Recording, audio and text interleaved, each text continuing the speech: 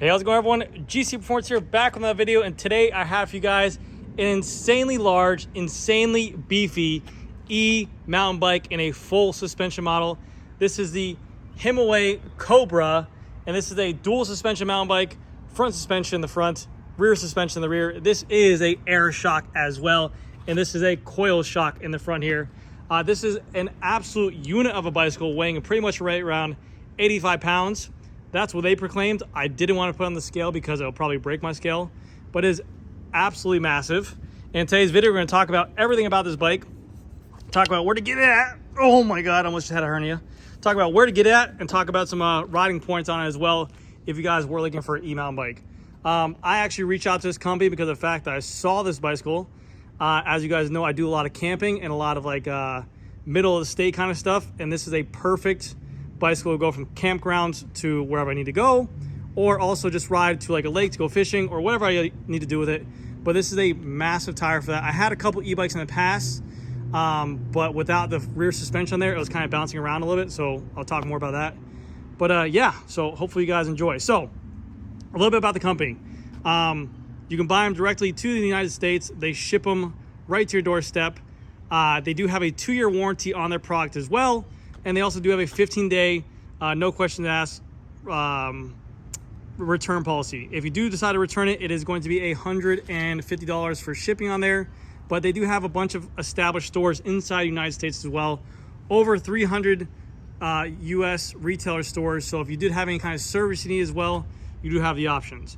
It has 2 motors in here, one rear wheel motor and one mid-body motor on the crank as well. The reason for that is because this bicycle is not only a throttle version, but it does have a pedal assist version as well.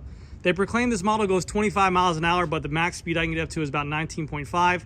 Even when having the rear wheel lifted and hitting the throttle, it still only goes 19.5 miles an hour. They say the payload on here is about 400 pounds, which is crazy. I'm guessing it's because of these monster truck tires, but that means you can have a weight limit of 400 pounds on here.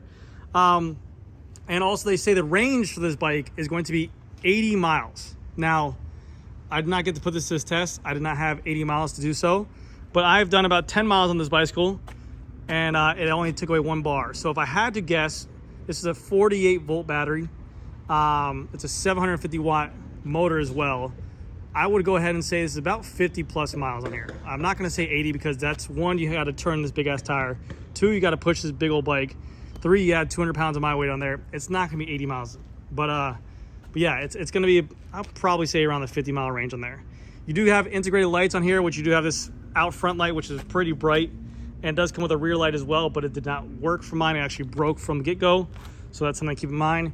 You do have this up front LCD display with your controls right here, so we hit the power button right here, press and hold.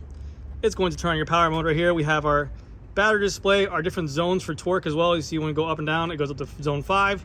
You get more torque out of it, about 10 miles right here. You have your throttle right here.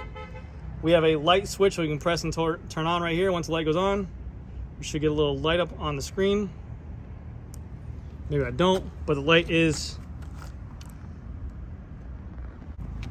there you go. See, I'm a donkey. All you have to do is just press it. So right now it's on, press it. Right now it's off, press it again, on. So a very bright light for riding at nighttime.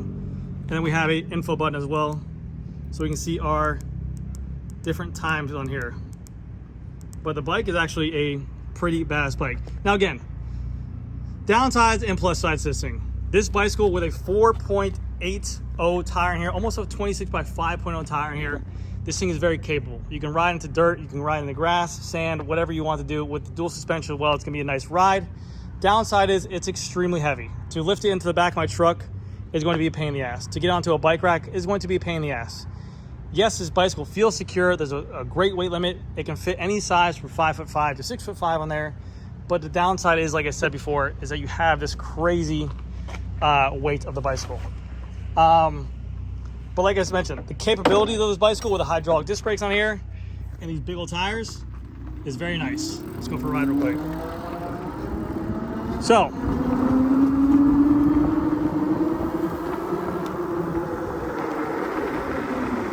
no matter what I do, either pedal or throttle on here, it's always about 19.5 miles an hour.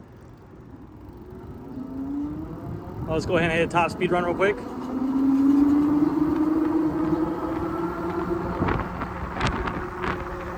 Right there, 19.5. The governor hits in, and I can feel it not going any more than that. I've since yet to charge it out of the box, but it's been holding up pretty well. Let me go and make this turn real quick. Now, is this bike capable of doing off-road mountain biking? I would not say any kind of mountain bike trail riding, because again, this is a heavy bicycle. This is literally like a moped on wheels.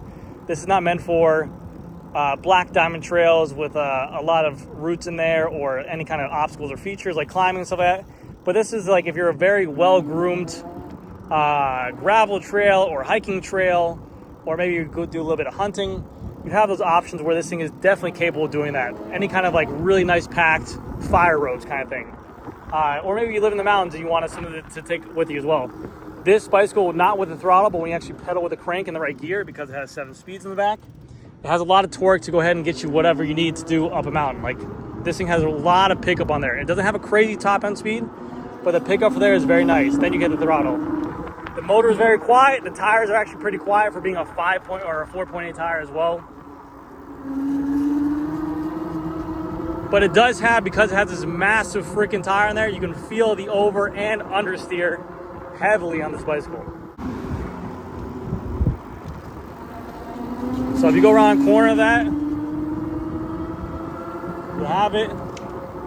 But I've ridden a lot of e-bikes over my time by big name brands, Trek, Specialized.